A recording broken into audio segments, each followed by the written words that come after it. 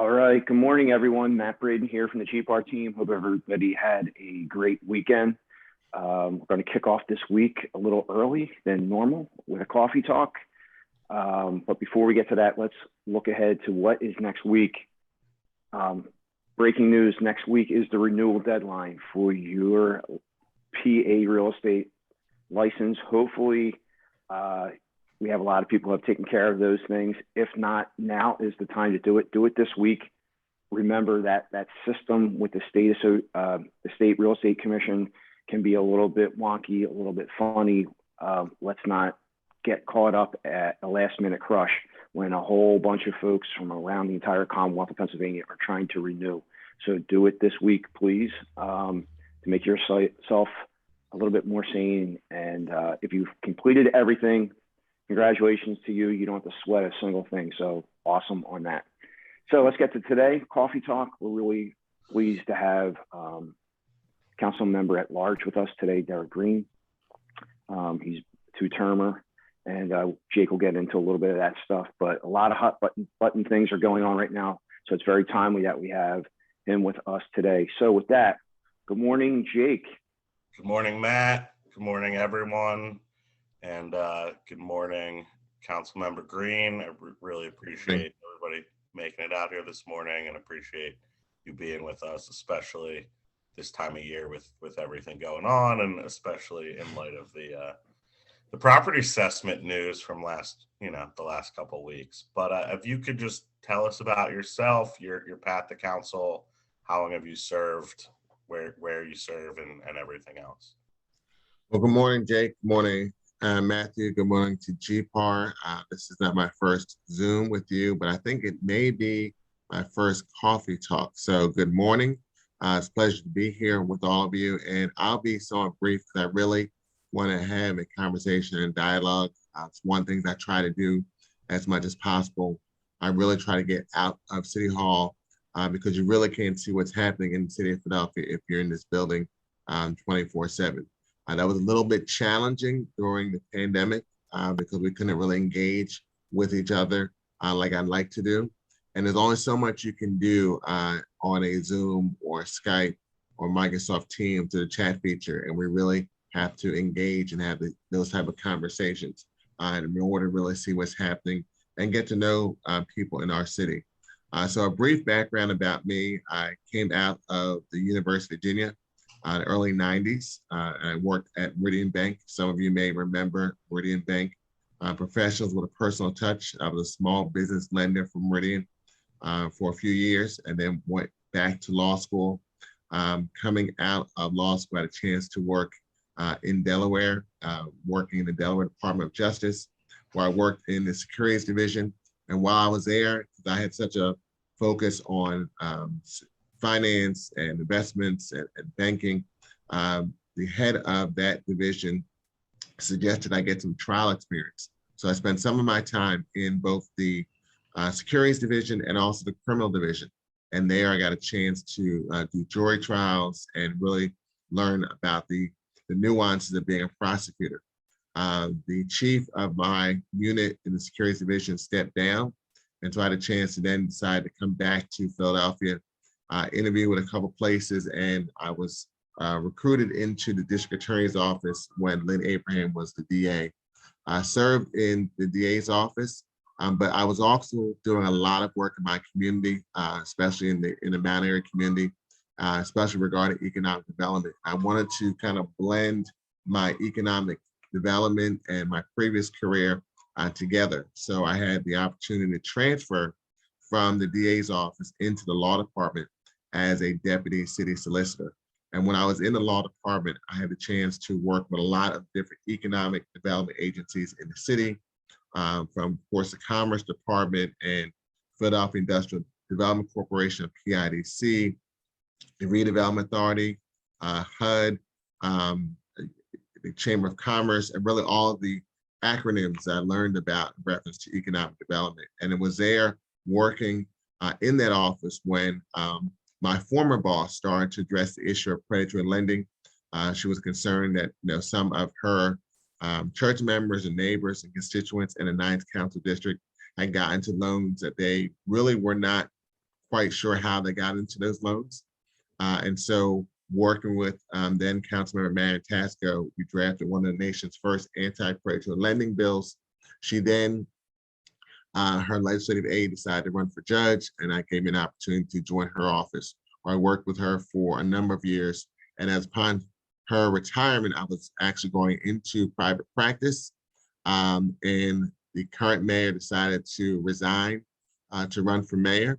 And I provided an opportunity, and I decided to run for city council, and was elected and was also reelected in 2019. And so a lot of the work that I've done in my career in city council and before city council tends to focus on small business development and economic development. I believe that in our city, with the unfortunately being the poorest big city in the nation, the things that we need to do to address that issue is grow jobs, especially for small businesses. I believe the best creator of a job is a small business. And if we can grow small businesses and businesses in the city of Philadelphia, that will help provide more jobs, and more jobs help to address public safety and address a number of issues that we have as a city. So that's kind of a roundabout way of some of the things I've done in my past as in what led me to city council. In council, I serve as the chair of the finance committee and also vice chair of other committees like law and government, and serve on at least 8 different committees within council. Outside of my work in city council, I am the president of Democratic Municipal Officials, which is a group of local elected officials from around the country, about 6,000 active members, and we have about 40,000 members in total. Also serve on the board of the National League of Cities as executive committee member and board member. So I see a lot of issues both here in the city of Philadelphia and also beyond the city of Philadelphia. And I'll close with this. What really concerns me is that some of the ideas I've seen in other cities, we're just not bringing to our city. Unfortunately, I see a lack of vision in reference to how we move forward. When I see what other cities are doing and how they're using the American Rescue Plan dollars, and here in Philadelphia, we received $1.4 billion. And how are we using that to move our city forward? I just don't see that same energy and vision that I see in other cities. And it really concerns me because unfortunately, I see us getting back to what Philadelphia looked like when I came out of the University of Virginia in the early 90s. I remember talking with Mayor Street just a few weeks ago, and I never thought we'd be in a situation where abandoned cars were an issue again. So when I think about abandoned cars, the issues of this quality of life issues regarding public safety and some of the other challenges in our city, I'm just really concerned in where we're going. And are we really getting the return on our investment in reference to dollars that come in from our taxes, as well as additional money that's come in from the American Rescue Plan? What do you attribute that to? I mean, what do you, right? Like, how do we address that? What do you attribute those issues to? Well, I will say initially, we had a $450 million deficit last year before receiving dollars from the American Rescue Plan, and that came in 2 tranches, one of $700 million and another $700 million. And when I look at our budget, when I first got involved in public service, and our budget was less than $4 billion. Now it's over $5 billion. And when I see ideas, like I'll give you an example, public safety is by far the #1 issue in our city. Yep. We have budgeted for 6,380 officers in our budget. We only have 5,900 officers that are currently on duty. And that's outside. And then you have the other issue of the heart and lung concern, which is another 500 officers. So what are we doing to help bring police officers into the city of Philadelphia? One of the things I introduced a public safety agenda that looks at 1, a bill regarding residency, and 2, doing hiring bonuses. I'm glad the mayor followed my leadership and went to the Civil Service Commission regarding residency. And so that's not the same issue it was a few months ago. How often do you interact with the mayor on these issues? I mean, like, do you talk to the mayor on a regular basis? We have not talked in some time. I'll just say, well, I've seen him at events, but in reference to substantive conversations, I, like many citizens in the city, have not had those types of conversations with the mayor. I talked with members of his staff, but in reference to outreach, and I've known the mayor for a very long time. It just seems like he is just, I don't know, just he's in a different place right now. I'm trying to be diplomat. This is polite recorded. in my I get it. This is conversations. recorded. I get it. I'm being polite in my conversations, but as I said in City Council a couple weeks ago, and I'll give you this example. We were working with the mayor on a tax review working group. We started last August because we wanted to look at taxes in the city of Philadelphia. Last spring, I suggested we reduce some of our taxes using some of those American Rescue Plan dollars to try to reduce our wage tax for residents and non-residents, as well as the business income receipt tax.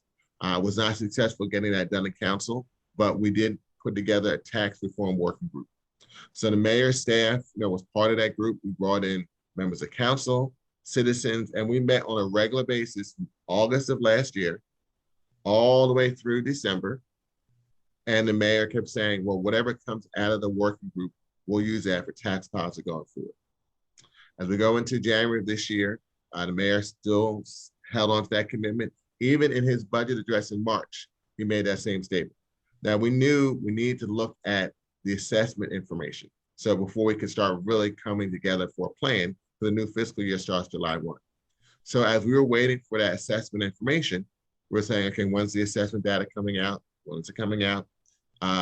Well, it's coming soon, it's coming soon. And then like all of you, we suddenly get the assessment numbers, 31% increase across the board, and the administration provided ideas on tax policy. Now, that's not working together as a team when you said we're going to work together this whole time period. And as I said in council, in some ways, I kind of felt like how members of the Sixers felt when Ben Simmons said, you know what, I don't want to play anymore, I'm out. And it was kind of the same perspective. We worked with the administration all this time, and all of a sudden, they just decided to do their own thing. So that gives you a sense of the interaction that we have with the administration. Okay. That's some heavy stuff. I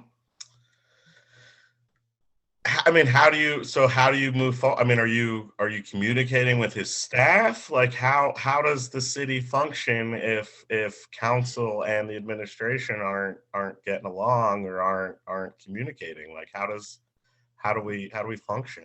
Well, to the extent that we can as a legislative body, there's certain things that we can do. We do have a strong mayor form of government under our home rule charter. So we'll take leadership as we've done the past couple of years on some of these issues. So like the issues of assessments, we're looking at the ideas the mayor proposed, as well as legislation that colleagues have introduced as well to address some of the relief measures we need to provide for homeowners, from homestead exemptions or some of the other relief measures, to see how that will impact residents. We got some of the information. A little bit, some of the relief measures that you're looking at, or how you guys are. I mean, are you going to lower the rate? Is that a real possibility? Well, that's all. I think exemption or homestead exemption is definitely on the table. Even before the assessment numbers came out, Councilmember Johnson in 2020 introduced a bill on homestead exemption. Councilman Brian O'Neill just introduced a bill on homestead exemptions. So I definitely see that's going to be increased. I think some of the other programs that we have in the city of Philadelphia, I think we'll take a look at that. I believe we just finally got all of the OPA data from the administration. In fact, we have a briefing at 9 o'clock this morning regarding that information. I think in reference to the millage, everything is on the table. But I think from my perspective, we should be looking at not just the assessment data, also how do we make sure we're providing the services we need to improve the quality of life, relevant to public safety, and all those other issues. But I think there's still enough dollars to also look at both wage tax and business income receipt tax, because I'm concerned that we have a very tax burdened city. For those who are small business owners, it makes it very challenging to continue to do business in our city. And as we're trying to come out of this pandemic and address issues of public safety, we need to make sure that we're doing all that we can to want people to continue to come into our city as they were pre-pandemic. And I don't want us to get back to where we were like in the early 90s. Right. Did you see the Pew report on the wage tax and yeah. Right. And right on that point about the Pew report and the taxes, the challenge that we have that we know that growth will occur if you reduce taxes. But traditionally, the administration will say, if you cut taxes, then we're going to have to make it up by reducing services and not believing in growth. Right. And I think that's a problem, because if you look at even on the Pew information, and I've also seen information from the chamber, that if we make some reductions, we can at least equal the growth that other cities have had, like Detroit, or even do better. So we should be factoring that into our tax policy as we move forward, because every year, except for the first year of the recession and the first year of the pandemic, we've actually done better revenue-wise than projected by the administration. But the administration, under the charter, controls the revenue estimates in reference to how much money we need to bring in reference to expenditures, and council does the millage and tax rates. Okay, good stuff. And yeah, I mean, going back to quality of life and other issues, right? Wanting people to move to Philadelphia, right, is important to us, and especially in our center city. Besides hiring more officers, which goes without saying, and the heart and lung issues, which you touched on. I mean, is there more we can be doing, or council can be doing? Are you guys looking at the issues, the reports regarding SEPTA and public transit? And I mean, what else can we be doing as a city to sort of, get back on track? In reference to SEPTA, I had a chance to travel, go through the Market Frankfurt line back in March, I think it was March of 2021. And, I've been in City Hall since September of 2020. My wife got tired, even though I was on the third floor, tired of hearing city council hearings on Microsoft Teams. So I've been coming back here, and my staff came back full-time August of 2021. But in March, when we had a chance to go to the Market Frankfurt line, got a chance to go to the new renovated station by Independence Hall. Just saw some of the impact of that brand new location, and just what are we doing and how we're dealing with issues of homelessness and drug addiction in our city. And we have to have a much more coordinated approach on addressing these issues. SEPTA's received dollars from the American Rescue Plan. They're making investments, but we got to find a way to really address these issues in a more substantive way, in a more cohesive way. I think there has been a real balance. Well, I won't say balance. Let me rephrase it. A real competition of ideas in reference to how we address some of these issues, from those who say we should have safe injection sites to those that say we have to have a combination approach that deals just not only with being open to help people, but also to the extent that people are committing crimes, that we have the right accountability for doing that. I believe in that type of collective approach where we're using all measures to address these issues. But that has not been coordination. Leadership is what I see missing. So when you say what can SEPTA do, SEPTA's got a handful, because the ridership has been down on a lot of the transit options we have in the city. So they're doing kind of the best they can, but they could be doing more. But I think we as a city need to be doing a more collective and visionary approach about leading people and bringing people together, saying, hey, we're going to get through this, and this is what we're going to do that.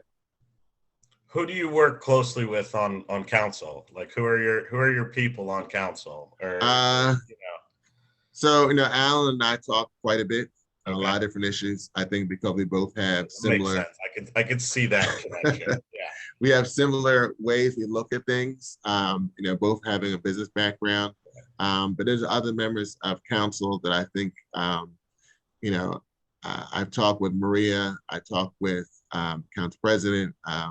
Talked with council members like Mark Squilla, and Mike Driscoll will be joining council. I've had a good relationship with him. He's also a former small business owner. But I'm a person that has a very open door policy. I try to talk with everyone to get a sense of where they're coming from, even if I disagree with their ideas. just to get a perspective of, okay, now I see where they're coming from, but let me give you another perspective why your idea, thought process has some unintended consequences that you may have not thought about. Yeah, I mean, I knew you were going to say all of the right things today. So, right, I've heard you speak. We've been with us before. I knew I was going to be nodding my head a lot to your ideas. So I'm just, curious how, right, we get to the next level. We see, make action steps. Do you have housing? Sorry, yeah. So one thing, and I know this is difficult because people are busy, but letting council members know about the issues, even if it's just an email. We hear from a lot of different groups that have a specific focus and agenda, but I feel like we don't hear from the majority of citizens in the city of Philadelphia. And that's difficult because people are busy, going to work, taking care of their kids, their mother, their relatives, others. But just letting us and holding us accountable, I think what happens is that too often, not just at the local level, but the state and federal level, people with the biggest megaphones get a lot of the energy and attention, but the vast majority in the middle do not. And I think people feel there's like, well, I can't reach out to this council person. I can't send them an email or text or phone call. I encourage that. I encourage, challenge me if you feel you have a difference of opinion. I think we need to hear more of that. And I think some of my colleagues get a perspective that this group represents the entire city of Philadelphia. Right. And from my travels, it's a very broad city. Yeah. How do you feel the ballot initiative last week on the zoning board and council's sort of control over the ZBA, and where do you see zoning in the city, and how do you, I assume we're probably in a line on development and things like that, but where do you see zoning as an issue related to where we're going in the city? Well, I was president of East Bay Area Neighbors for a few years, and I was our housing and land use chair for 13 years. And so if we're going to grow Philadelphia, you've got to balance both sides. You've got to provide opportunities for development, and you also have to maintain the fabric of our communities. And I think it's having this conversation, which is not always easy, especially in parts of our city that are seeing some rapid development.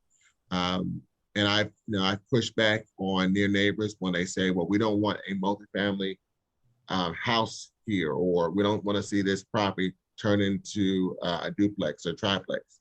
And I say, I hear what you're saying, but at the same point, this property has been vacant for X number of years. So if you're saying you're concerned about this multifamily property, bringing down your property values, a vacant home is also going to bring down your property values. So how do you find ways to coordinate those ideas? And sometimes you got to push back against constituents, and sometimes you got to push back against developers. I remember a project that occurred in North Philadelphia. Well, I won't say North Philadelphia. It was actually on the edge of Oak Lane, which was a large apartment building that had been vacant for a number of years. And in the basement of that building was a meth lab. And when I worked with Councilmember Tasco, we were able to finally identify the owner of the property, and we're able to contact former late Congressman Bill Gray, who was at Chase Manhattan Bank, because Gardenzia was interested in acquiring that property, redeveloping it, because they were seeing their alumni who have been reunified with their children couldn't find affordable housing. So we thought it was a good idea. We actually went to another location off Ontario, or actually Allegheny, where they've done the same thing. It was a great building. The near neighbors loved it because they had meetings there. And so we moved forward the idea. Now, some of the neighbors didn't like it. They protested and they marched and said, you're going to make this a drug treatment facility, which was not the case. And we moved forward with the idea, and it was developed, renovated, and it's been a blessing in the community where members of the community have had meetings and other activities. So I think sometimes you got to balance all these issues and think what's good in the greater good, in spite of some of the loud voices you hear. Makes sense. Do you see housing priorities and affordable housing being addressed in this budget session? Are there things happening there that are gonna, help Philadelphians with this? So yes and no. You know, we had battled with the administration because we put the administration agreed to do $20 million per year a couple of years ago to go into the housing trust fund. We know we have a huge affordable housing problem in our city. We need to have more development by both nonprofit and for-profit developers. We in the public sector can never build enough housing. We just don't do housing well. There's things that the public sector does well. There's things that the private sector does well, and vice versa. So the administration made that agreement. Then next year they said, well, we're not going to put that money into the housing trust fund. Council put the money back into it during the budget process. The following year, the administration was going to do the same thing. And I said, you know what, we're not going to have this back and forth debate. So I introduced a bill allocating 0.5% of the general fund for the housing trust fund, which is about $26 million, about the same amount as money as what was agreed to a couple of years ago. Legislation was passed in council, voters approved it, and it's now in this year's budget. However, administration then said, well, we're going to reallocate some other money because you don't need that 26 million because it's coming in the general fund. So we're constantly in these kind of debates, which we really shouldn't have, especially when we're talking about $1.4 billion, and of that money, council last year allocated $575 million. The administration only allowed 280 to be spent. So we'll have these debates as we get ready for the new fiscal year for July 1. Right. I mean, you got a couple of weeks here, right, to really iron this stuff down. I'm going to come back to the assessments. Are we gonna? I mean, is council going to take charge of this issue and put in some like real safety? I mean, some of these increases are over 100. I mean, are we going to see caps on increases? I mean, do you have bills being drafted right now to protect people? I mean, these assessments are going to be scary. And you know, the thing that I'm really concerned about is notification, right? I mean, our most vulnerable, elderly, not Facebook, tech savvy, social media, you know, people aren't going to be aware of this until they get that letter in the fall, and then they're going to have a couple weeks to appeal, and OPA is not going to be ready. OPA is not going to be ready for these appeals. So what do we? I mean, so in our budget, feels like a mess, right? To put no, it definitely feels like a mess. Yeah, I mean, definitely feels like a mess. That's why, you know, I've been really interested for the briefing we'll have from our technical staff and city council regarding the OPA assessment numbers. You know, bills have been introduced already regarding homestead exemption. Other ideas are being discussed and debated.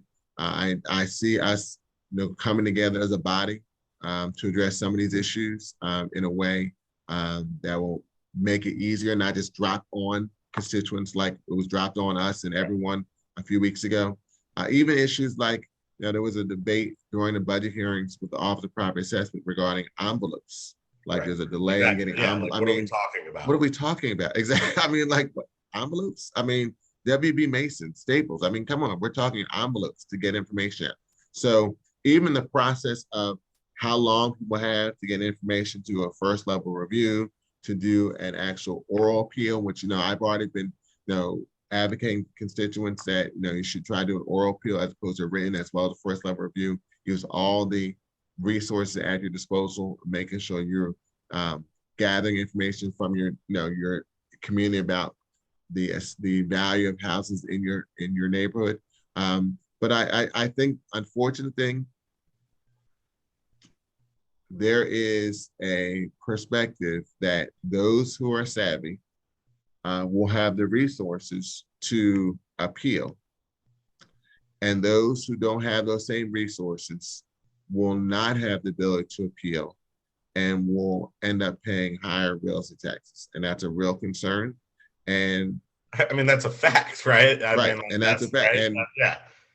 And when you have statements made like we're not able to get envelopes to get information out, those type of things, it just leads to that belief that people have and a mistrust in government, which based on just those facts, as we just stated, causes great concern. Right.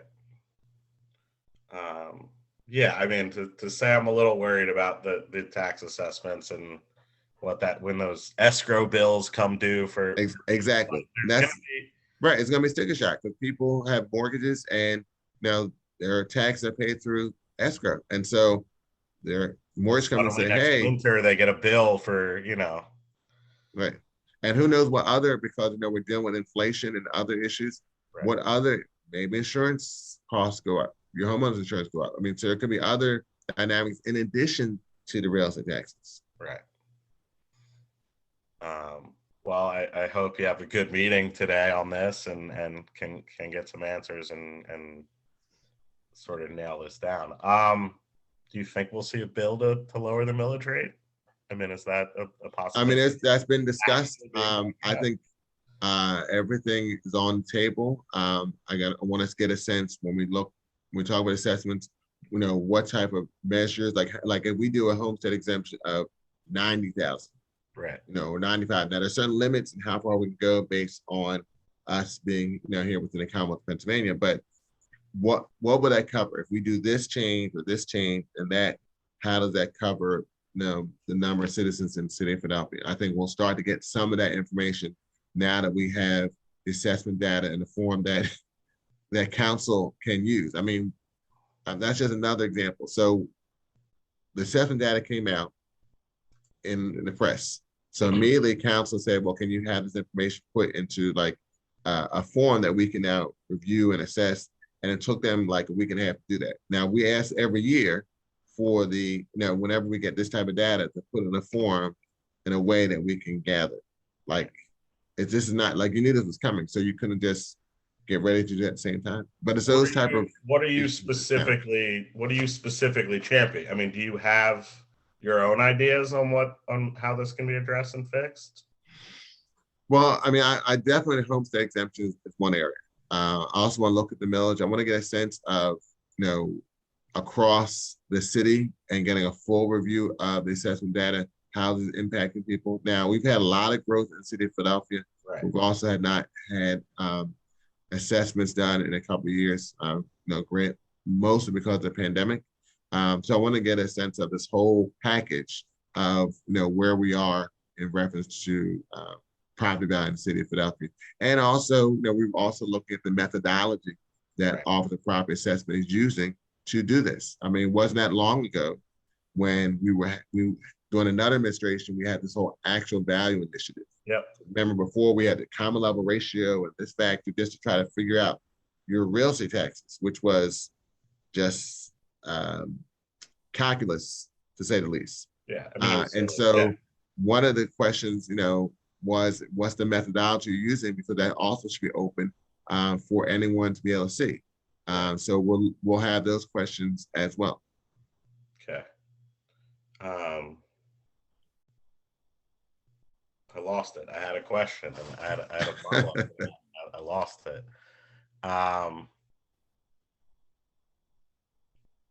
Yeah, it seems like the system. Oh, okay. Right. We went through this a few years ago with the actual value initiative. We're going through it again.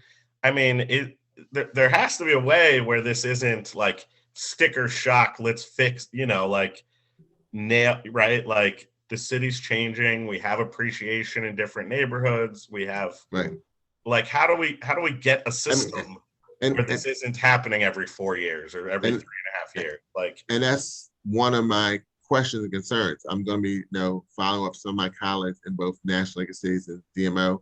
There are other cities that are going through the same dynamic. We have growth and development in their cities. I mean, we're not the only city dealing with this. Like, we have this CAMA system, which is a computerized assessment system. Modeling system that we've been talking about CAMA since the first, if I remember correctly, the first year of the Nutter administration. Finally, it's being implemented. And what was so frustrating, I said, listen, Finance Department, other cities have implemented this. Why is it taking so long for the city of Philadelphia to do this? And my concern back then, pre-AVI, and now that if we don't have this together, we're going to have AVI Part 2. And sure enough, we are having AVI Part 2. Now, part of that was because of the pandemic. But even before the pandemic, we still had not worked out the camera system. It kept saying it's coming, it's coming, it's coming. And those are some of the frustrations that I had at the legislative branch level, because we can ask questions in budget address and the budget hearings. We can have hearings, our own, ask questions and keep pushing. But ultimately, it's about having the executive branch take leadership to resolve these issues. Right. Yeah, and I'm gonna pull a point from the chat here, but it would seem, right, all of the city council can do everything in the world to address these issues, but if these resources aren't right, our most vulnerable people aren't going to be able to take advantage of these resources, especially if they're not aware of these issues. It would see, like lowering the millage rate would be an equitable sort of, then it helps everybody. But let me just say, follow up on that point. Right, I have friends who don't know about the homestead exemption, and I'm right. But what I'm saying is that GPAR looks at these issues, and you as a body say, listen, these are the things that we think make sense, not only for us as professionals in this industry, but how we see the future of the city going forward, both for current homeowners and future homeowners. Those are things that you should be letting us as a body know. Because I could have an idea, Al and I can agree on something, and like we did when we tried to reduce taxes, but we're just 2 of 17. So it's all about arithmetic. I get to 9. So to the extent that as you are having these conversations internally and developing policies, let us know and let the mayor know as well that, from your perspective, you believe this is the way to go, and maybe even working with other like-minded organizations or just, your own members to kind of say, these are the policies that we think makes sense going forward, because other groups are doing it. Are we going to see some hardball with the budget process and the administration and council? Are we going to see some fireworks here to wake the mayor? I can't predict, but I think there's going to be some real pushback, especially the way the assessments are dropped and the way the administration made their idea on tax policy without engaging a work with council. Okay. Cool. That's all I have for today. I'm gonna turn it back over to Matt. And again, I appreciate your time. I appreciate you being with us. I hope your thoughts are shared. You say the right things, and it's encouraging. So I hope other people on council hear you. So thank you again for being with us. And I'm gonna turn it back over to Matt. So